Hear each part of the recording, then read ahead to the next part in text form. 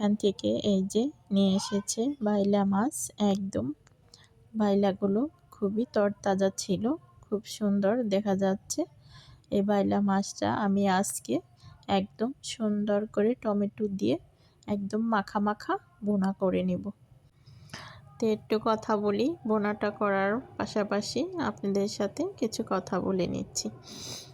সবাই বলে যে যে ভিডিওগুলি সামনে আসে সেগুলো সবটি দেখবেন। এরকম করে নতুন পুরাতন সবাই যদি সবাইকে সাপোর্ট করে তাহলে অনেক ভালো হয়, অনেক সুন্দর হয়।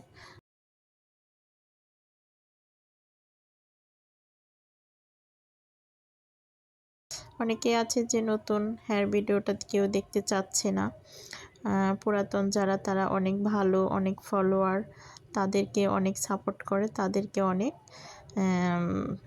লাইক কমেন্ট শেয়ার করে।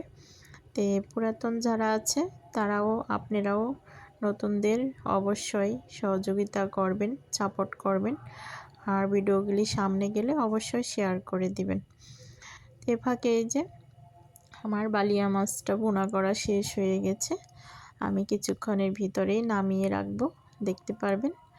আর এখানে ধনেপাতা কুচি দিয়ে নিচ্ছি।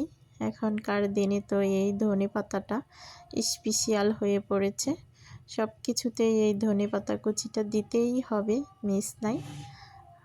এই যে ঢাকা দিয়ে রাখলাম, হয়ে যাবে কিছুক্ষণের ভিতরেই আমি এই যে এত সুন্দর বালিয়া মাছের ভুনাটা নামিয়ে রেখেছি। দেখুন কি সুন্দর হয়েছে কালারটা।